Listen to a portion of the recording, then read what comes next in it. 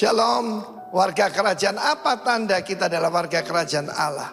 Punya boldness, punya keberanian untuk mengucapkan benar di atas benar. Seperti Rasul Petrus. Dalam kisah para Rasul pasal yang keempat, lanjutan pasal 3, ada orang yang lumpuh sejak lahirnya. Dan apa yang terjadi?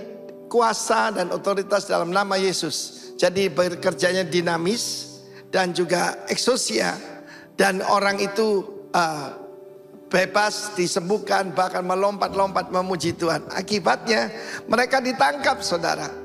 Dan kita lihat bagaimana orang-orang yang biasa bermusuhan itu kalau punya musuh yang sama bersatu.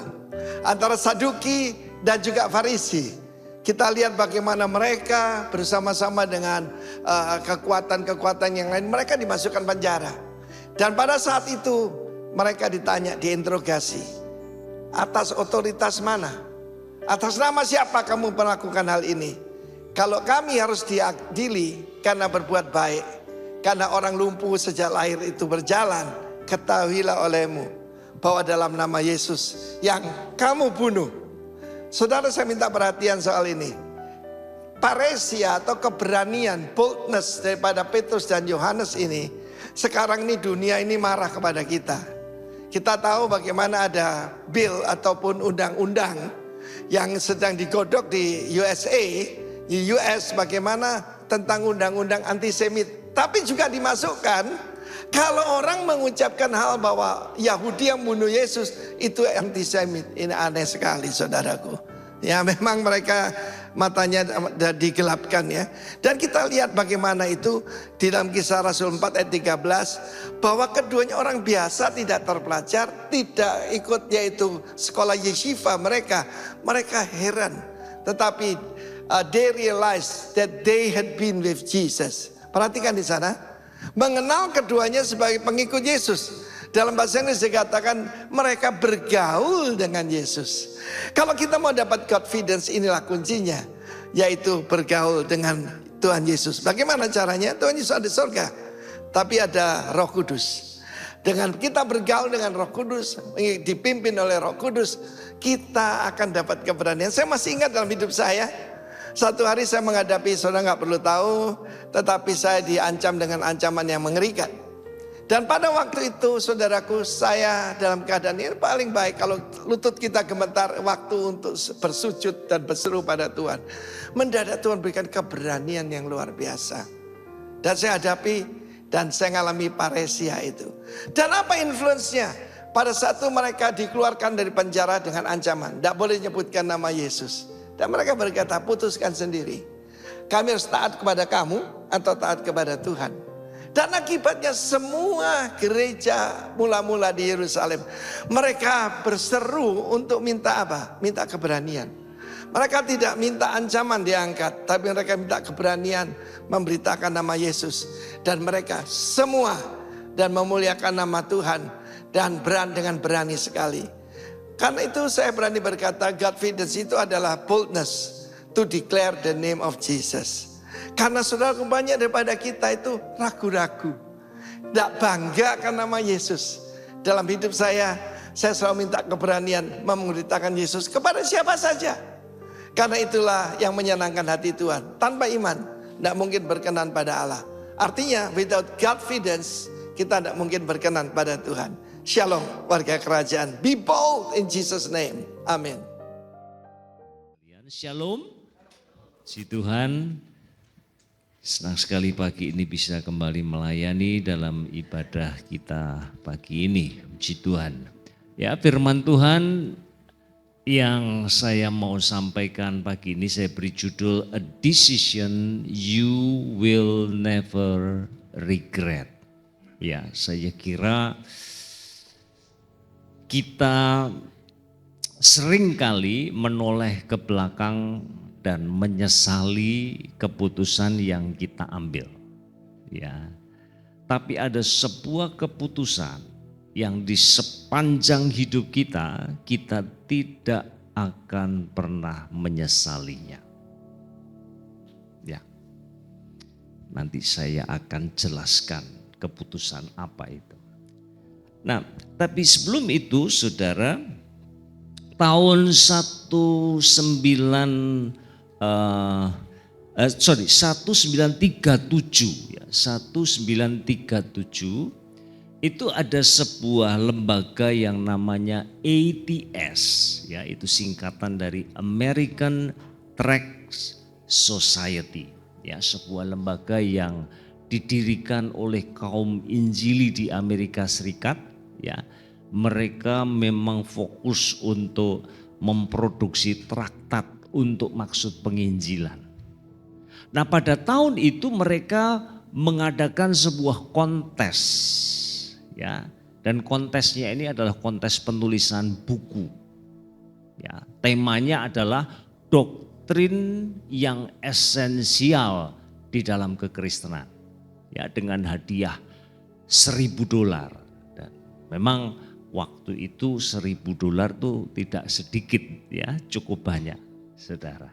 Ya, nah akhirnya buku-buku terkumpul, ya, dan dewan juri yang terdiri dari 6 denominasi kemudian mulai membaca, meneliti, mendalami, menguji buku-buku yang sudah masuk, dan akhirnya mereka memutuskan bahwa pemenangnya itu adalah seorang penulis yang namanya Harry Allen Ironside. Ya. Nah, judul bukunya adalah Except Ye Repent. Ya. Kecuali jika engkau bertobat. Nah, saudara, saya kira kita tahu ya, ini adalah petikan atau cuplikan dari satu ayat di dalam Lukas pasal 13 ayat yang ketiga itu loh, ya, yang bunyinya tetapi jikalau engkau tidak bertobat, kalau dalam bahasa TB kita bunyinya seperti itu, saudara. Ya. Nah, kita bisa tebak ya, isi dari buku ini tidak lain tidak bukan adalah tentang pertobatan. Nah, saya mau angkat sedikit apa yang beliau katakan ya di bagian awal dari bukunya. Beliau mengatakan ini, saudara. Saya sangat yakin bahwa doktrin tentang pertobatan itu adalah sebuah catatan penting yang terhilang di banyak gereja ortodoks. Saya menulis buku ini dengan sepenuh hati. Saudara, saya menggarisbawahi ya, catatan penting, doktrin penting, pengajaran penting. Sayangnya meskipun penting tapi jarang disinggung, jarang disentuh, jarang dikhotbahkan. Saudara, sebabnya dia katakan itu adalah sebuah catatan penting yang terhilang. Dan beliau mengatakan saya menulis buku ini dengan sepenuh hati. Artinya dengan keprihatinan yang amat sangat. Dan saya yakin saudara, kita hidup di 2024 ya, 87 tahun kemudian. Saudara, saya yakin hal yang sama itu tetap benar, saudara. Betapa sering kita mendapati gereja-gereja sama sekali bahkan tidak menyentuh, tidak mengajarkan, tidak menyuarakan dari mimbar-mimbar tentang berita pertobatan. Kenapa, saudara? Barangkali pertama ya, berita tentang pertobatan itu makanan keras. Sementara kita hidup di dunia pop. Ya, dunia pop itu cirinya mudah cepat. Itu saudara, dua itu. Tapi pertobatan itu makanan yang keras. Lalu ada pula gereja-gereja yang mengajarkan ya berita pertobatan itu seolah-olah kontras dengan berita kasih karunia. Ya, jadi seolah-olah kasih karunia itu sudah mengcover dosa-dosa kita, ya, dari dosa masa lalu, sekarang dan yang akan datang sehingga kita nggak perlu lagi bertobat. Cukup satu kali di awal semua dosa sudah tercover. Ya. Lalu masih ada pula yang berpikir bahwa berita pertobatan itu cocoknya disampaikan dalam KKR penginjilan. Nah, gereja-gereja seperti ini kita semua sudah beriman, kita semua sudah percaya, saudara. Sekian lama kita jadi anak-anak Tuhan, maka nggak perlu lagi mendengar berita tentang pertobatan, saudara. Tapi bagaimanapun juga saya mau tunjukkan kepada kita dengan cepat saja, saudara ya, bahwa sesungguhnya berita tentang pertobatan itu adalah tema utama di dalam Alkitab kita. Dan saya pergi langsung ke perjanjian baru, tetapi lihat perjanjian lama, saudara. Sebut saja Yesaya, Yeremia, Yehezkiel, nabi-nabi kecil, saudara. Ya, Yoel sampai dengan Maleaki. Mereka menyampaikan pesan pertobatan supaya umat kembali dari dosa dan kejahatan mereka kepada Allah dan kasih karunia-Nya. Saudaraku, ya. Nah, saya bacakan dengan cepat ya. Yohanes Pembaptis, bertobatlah sebab kerajaan sorga sudah dekat. Tuhan Yesus dalam Markus pasal yang pertama ayat 15, waktunya telah genap, kerajaan Allah sudah dekat, bertobatlah dan percayalah kepada Injil. Lukas 5 ayat 32, Tuhan Yesus mengatakan, aku datang bukan untuk memanggil orang benar, tetapi orang berdosa supaya mereka bertobat. Lukas 24 ayat 47, dalam namanya berita tentang pertobatan dan pengampunan dosa harus disampaikan kepada segala bangsa mulai dari Yerusalem. Lalu para murid digambarkan, lalu pergilah mereka memberitakan bahwa orang harus bertobat.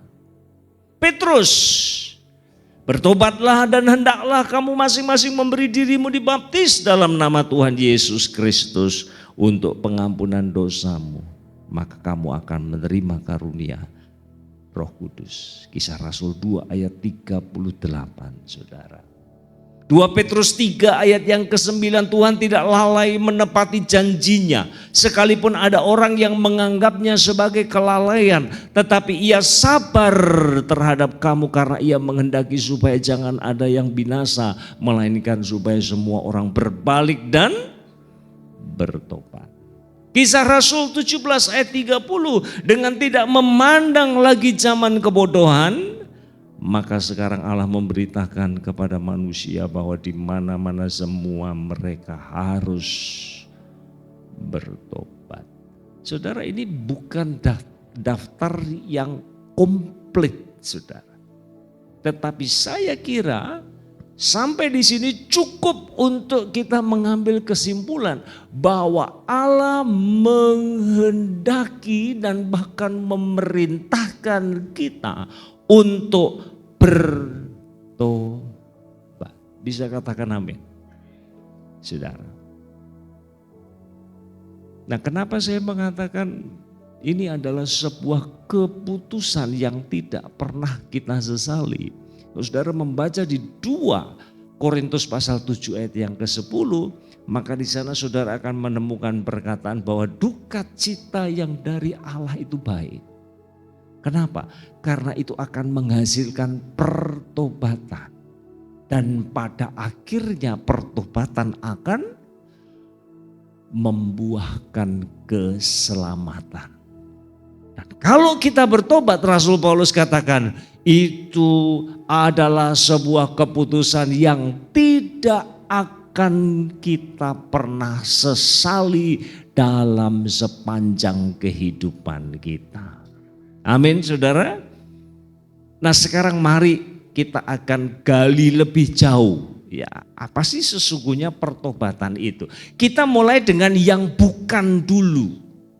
Apa yang bukan pertobatan, saudara? Pertama, pertobatan bukan sekedar berduka duka karena dosa.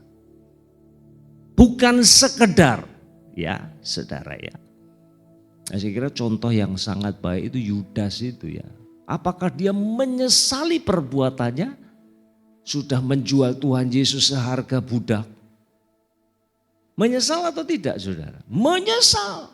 Tetapi apakah dia bertobat? Jawabnya tidak saudara. Jadi pertobatan itu tidak identik dengan sedih, menyesal, meneteskan air mata, itu belum tentu pertobatan, saudara.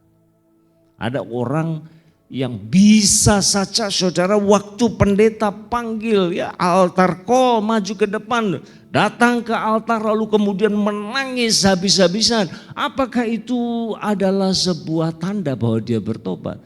Sekali lagi belum tentu. Sebuah KKR saudara saya menerjemahkan seorang hamba Tuhan dari negara tetangga saudara ya.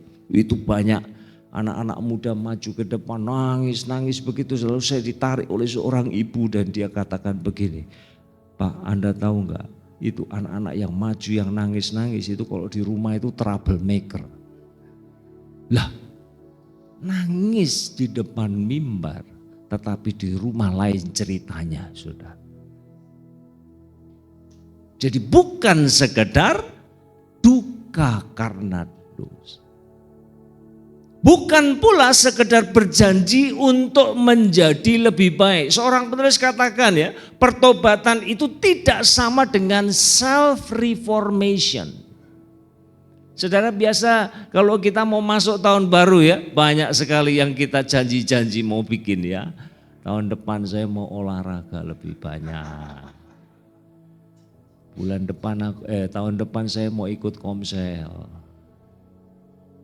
Tahun depan apalagi saya mau diet, kurangi dan seterusnya. Ya itu saya kira yang senyum-senyum itu tandanya pernah berhasil dalam kegagalannya. Saudara ya. Jadi tidak sama dengan self reformation. Ya.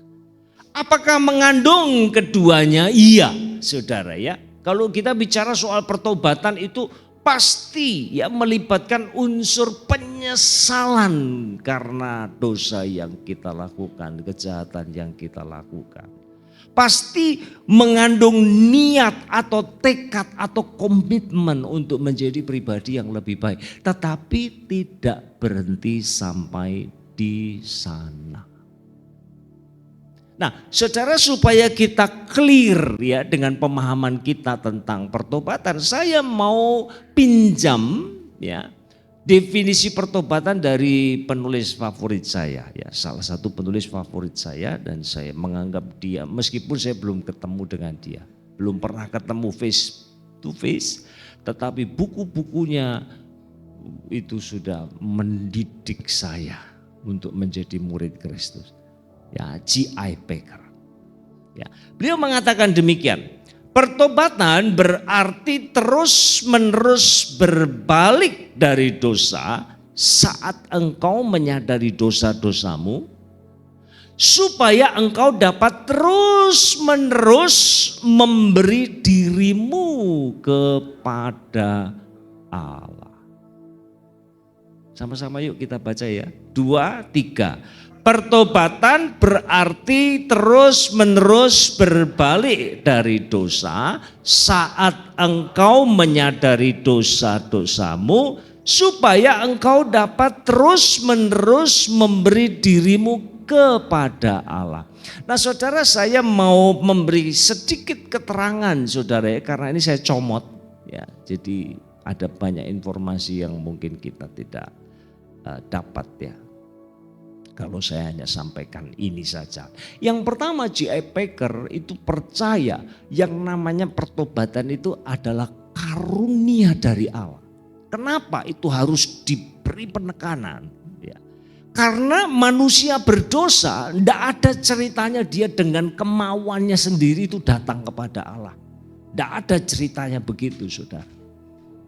Manusia berdosa akan cenderung untuk jalan di jalan yang sesat, yang gelap, yang jahat.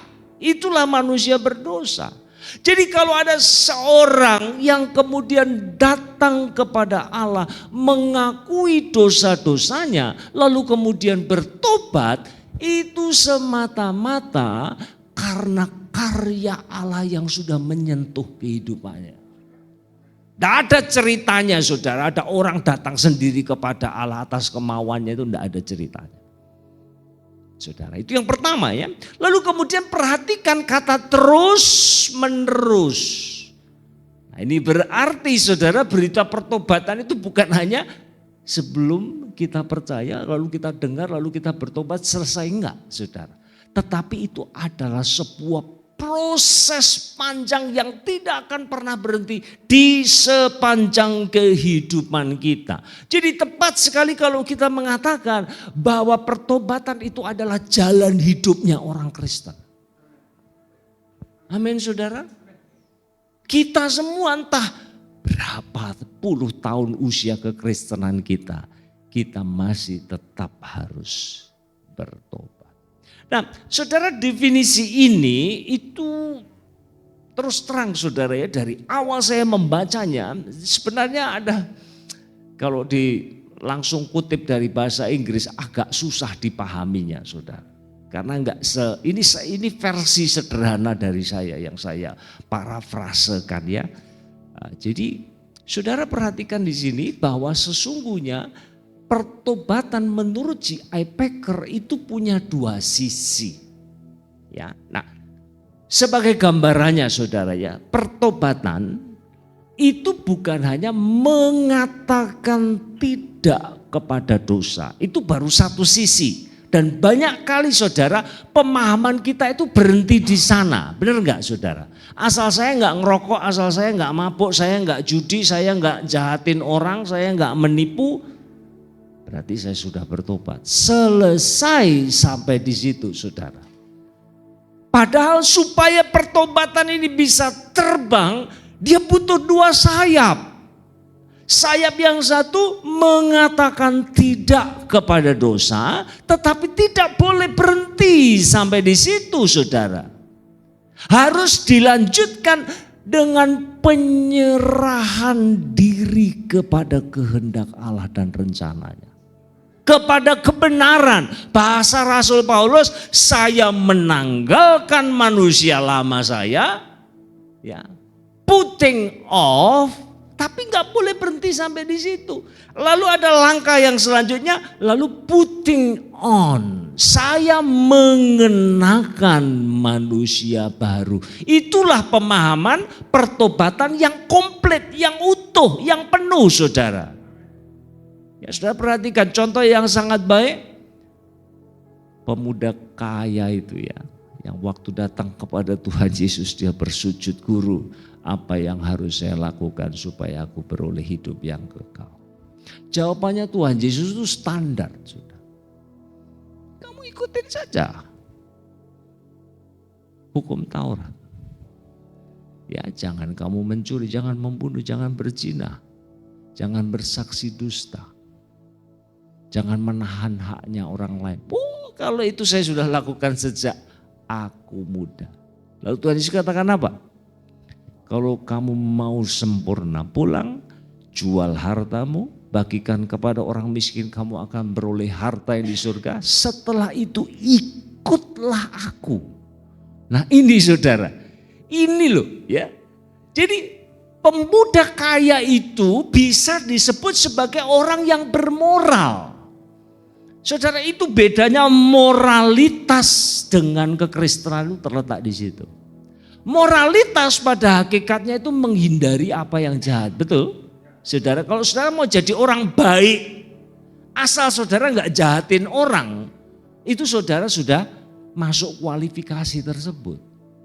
Saudara orang baik, saudara orang bermoral. Tetapi pertobatan tidak berhenti pada titik itu saudara. Tidak hanya sekedar menjauhi kejahatan, tetapi lanjut kepada penyerahan diri. kepada Allah dan kebenarannya.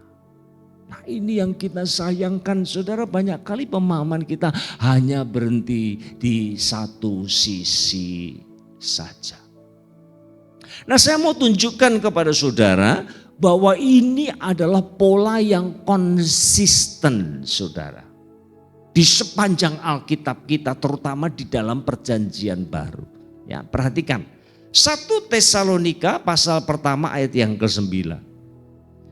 Sebab mereka sendiri bercerita tentang kami, bagaimana kamu, ini jemaat di Tesalonika ya, kamu sambut dan bagaimana kamu berbalik dari berhala-berhala. Kenapa berbalik? Karena tahu berhala, penyembahan berhala itu dosa. Mereka sadar, mereka tahu itu. Mereka katakan tidak kepada dosa penyembahan berhala. Tapi tidak berhenti di situ. Langkah selanjutnya apa, saudara? Kepada Allah, untuk melayani Allah yang hidup dan yang benar. Saudara perhatikan, ada dua sayap lagi, dua sisi. Say no to sin. Lalu lanjut dengan say yes to God and His righteousness. Saudara, ya. Roma pasal 6 ayat 13. Dan janganlah kamu menyerahkan anggota-anggota tubuhmu kepada dosa, ya, mengatakan tidak kepada dosa untuk dipakai sebagai senjata kelaliman. Lalu apa, saudara? Tetapi serahkanlah dirimu kepada Allah sebagai orang-orang yang dahulu mati, tetapi yang sekarang hidup.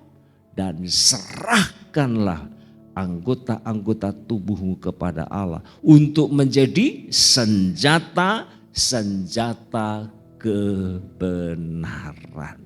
Saudara melihat pola yang sama berulang lagi di sini.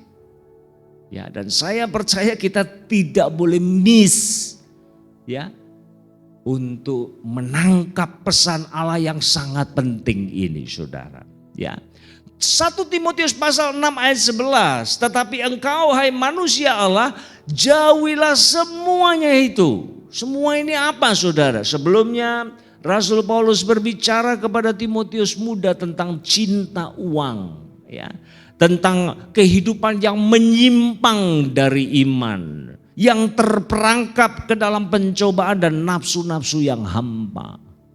Jauhi semuanya itu. Tetapi nggak boleh hanya say no saja, tetapi harus lanjut say yes. Sebagai gantinya, ini yang harus kamu kejar. Apa itu? Keadilan, ibadah, kesetiaan, kasih, kesabaran, dan kelembutan. Saudara, tahukah saudara ya, inilah jeniusnya firman Tuhan. Kalau saudara belajar ya tentang konseling, kalau ada seorang konseli yang datang dengan masalah kecanduan, ya macam pornografi, judi, macam-macam lah, narkoba dan sebagainya ya. Maka dia tidak boleh hanya dibimbing untuk mengatakan tidak kepada apa yang membuat dia kecanduan. Tetapi energinya, fokusnya ini harus kemudian dialihkan. Dari yang negatif kepada yang positif, saudara. Nah, kenapa itu penting? Karena kalau kita hanya fokus pada tidak saja, pokoknya ketemu apa ngempet toh. Jangan ditindaklanjuti, katakan tidak toh. Nanti kehidupannya itu isinya cuma jatuh bangun, saudara. Itu sejarahnya, riwayatnya akan begitu. Hidupnya cuma isinya jatuh bangun saja. Kadang berhasil, kadang enggak. Begitu loh saudara ceritanya itu. Jadi itu sebabnya firman Tuhan mengajarkan Selain kamu katakan tidak, itu penting, itu bagian awal. Selanjutnya engkau harus sibuk melayani Tuhan. Engkau harus sibuk mengejar kebenaran. Engkau harus sibuk mengikuti program-program pemuritan. Supaya engkau sampai lupa kepada dosa-dosa yang sudah memperangkap kamu. Amin saudara. 2 Timotius 2 ayat 22. Sebab itu jauhilah nafsu orang muda. Sebaliknya, kejarlah keadilan, kesetiaan, kasih dan damai bersama-sama dengan mereka yang berseru kepada Tuhan dengan hati yang murni. Lagi-lagi saudara, enggak cuma jauhilah tetapi kejarlah. Dan kata kejarlah itu saya kemarin cari tahu saudara, ternyata ini kata dipakai untuk kalau ada predator yang mengejar mangsanya dulu saudara ya. Kalau saudara melihat kalau ada cheetah, ada singa, ada apa sajalah ya. Kalau kejar mangsanya itu, wih mereka itu mengendap-endap ya kan. Sampai sedekat mungkin. Dan mangsanya itu sampai nggak tahu gitu kalau ada bahaya yang mendekat. Jadi betul-betul intensional ini loh ya. Ini bukan pokoknya jalan golek ketemu ya syukur, gak mangan ya gak apa-apa. Gak gitu loh saudara. Ini betul-betul strateginya diatur. Nah, apalagi katanya kalau mangsa seperti babi hutan apa itu bisa cium ya. Jadi kalau anginnya pas, wah ini mambu singo. Singo edan itu. Bau singa ini ya. Jadi dia langsung pergi tuh. Tapi, kok nggak bau apa-apa? Dia sudah tahu strateginya. Itu saudara itu berarti bahwa predator itu benar-benar ya, secara intensional, secara sadar betul, secara sengaja dia memang mengejar Allah, hadiratnya dan kebenarannya, saudara. Jadi kalau demikian, saya sudah di ujung dari khotbah saya saudara. Kalau demikian, mari kita rubah persepsi kita ya. Kalau kita mendengar berita tentang pertobatan, itu bukan Tuhan itu enggak seneng kita seneng. Ngerti maksudnya ya saudara ya. Masa sih Tuhan hidup kok kayak begini loh, enggak ono senenge blas. Ya.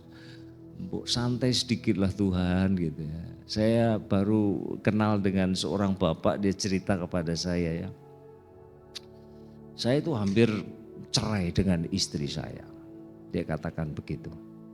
Lalu saya tanya kenapa? Lalu kaget sekali jawabannya ya. Istri saya itu gak bisa senang lihat saya senang. Itu loh. Dia ini penggemar pingpong saudara. Jadi kalau pingpong gitu pulangnya telat sedikit, istrinya udah ngamuk gak karu-karuan. Nanti kalau dia pergi kemana urusan bisnis sambil bawa bat pingpong, waduh dia bisa marah besar itu sudah. Jadi koyok gak bisa seneng lihat orang lain seneng gitu.